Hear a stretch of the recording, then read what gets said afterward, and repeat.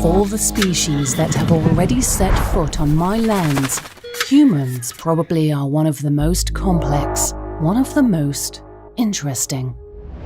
I've been watching over them, seen them evolve centuries after centuries. It seems that today, they might have a crucial choice to make. We're at that point right now in the 2020s where civilization could collapse or we can take it to the higher order. Humanity needs to make foundational choices. Everywhere, some of them understood that something has to be done to maintain the original harmony. You are seeing a lot of problem due to what's happening with a lot of CO2 emission and beyond expectation. Believe me, I wish things were different. So whether over the next 10, 20 years we collapse or we break through to an amazing new world depends on our choices.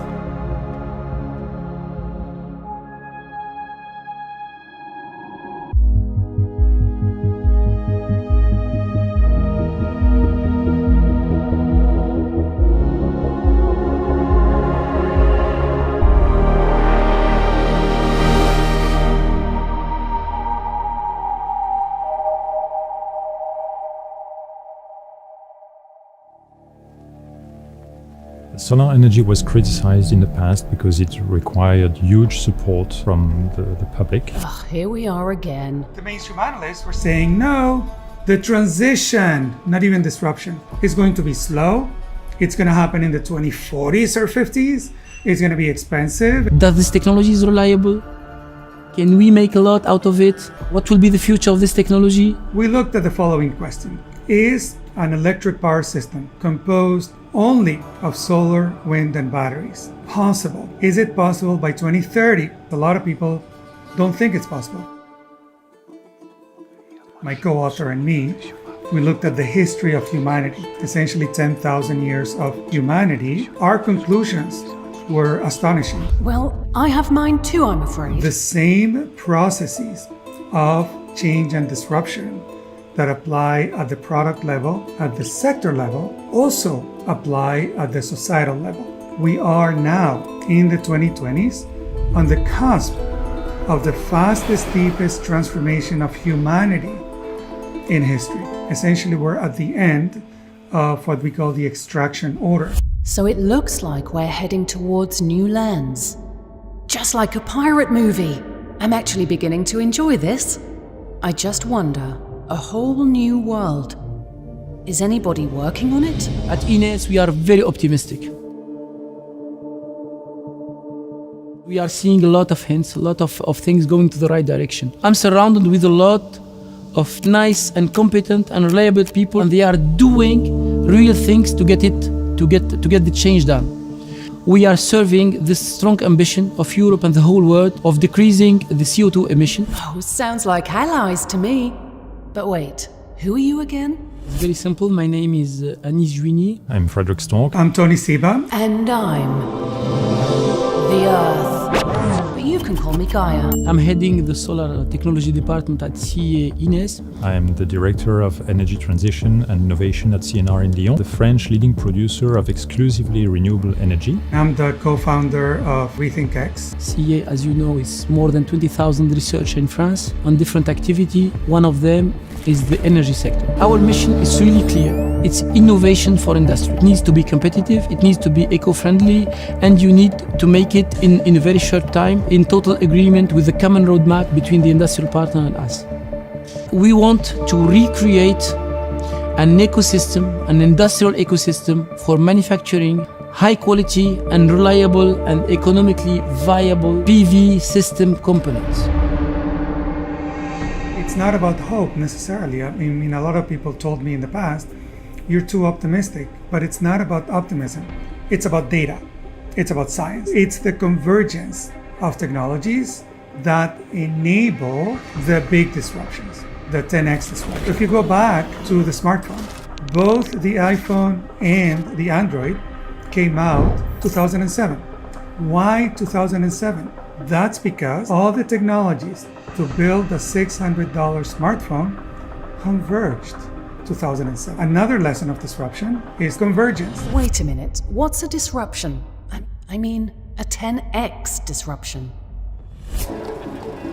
Henry Ford used to say that when people asked him, the early 1900s, about cars, they said that all they wanted was a faster horse. He was not building, the car was not a faster horse. The car was a 10x disruption. It went 10x faster, it went 10x further, it was 10x cheaper, and so on. But why did nobody see it coming? The fast horse syndrome. Before disruptions happen, mainstream analysts and experts and insiders essentially have what I call the fast horse syndrome. The car allowed us to build a whole new economy, for good or worse, right? It enabled the oil economy, it enabled the car economy, it enabled suburban life, it enabled the highway system. So essentially 20th century society was built on that innovation, the car. Disruptions, once they tip, once the old system ruptures and the new system tips, it happens very, very quickly. Okay, now we have the ideas, but ideas remain ideas until people start believing in it, right? The financial sector is increasingly turning away from these historical activities to go on more sustainable sectors, which is a source of growth and which is more in accordance to the expectations of citizens. We have seen that all those big guys getting very interested to renewable and putting a lot of investment. Today, it's a part of their portfolio with the fossil fuel and other sort of technology, which, by the way, decreasing or disappearing, letting the place for renewable energy. That sounds way better. Oh, sorry. Carry on. They will be one of the main players pushing renewable to a new phase, to a second phase, completely different than the one that we have seen till today, because we are not anymore fighting about the PV system, is it competitive or not. So it's reliable technology, and the whole PV system is getting really more and more reliable and more economically competitive towards a smart solution which can be combined everywhere.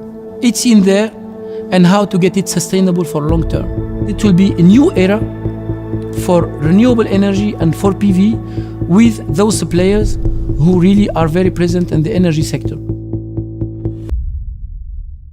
A new era, you say? How inspiring is that? I wonder how far we could push this transformation. What can we expect? Will our everyday environment change as well? Think about the idea that everything will be energy. PV is cheaper than structural plywood. So don't just make cheaper solar panels. We're going to have cars with, solar on top. We're going to have, houses, and not just on the rooftop. For instance, we are currently working with Ines at CNR to integrate solar on the Rhone dikes. We are trying to design linear power plants rather than rectangular, which will provide great sources of production, around 1 megawatt per kilometer. That sounds amazing! That changes everything. This implies opportunities for the relocation of the industry, so it also implies job creation. We must now focus on making it more efficient to meet more the demand for electricity, thanks to a better integration in the electric grids, thanks to storage, and thanks to uses, which is the objective of Next 2S. We started that in the past, 1 megawatt module was huge, but today a lot of people are talking about 1 gigawatt power plants. And it's going to, if you are able to make one, then you are able to make 10. And this is what people in Australia, they want to make.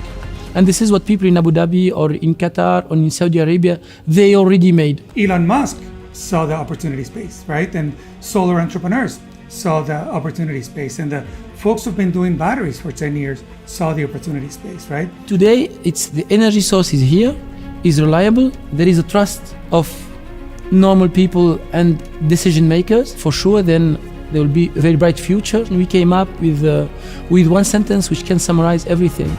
And in this sentence says, PV everywhere, for everybody and forever.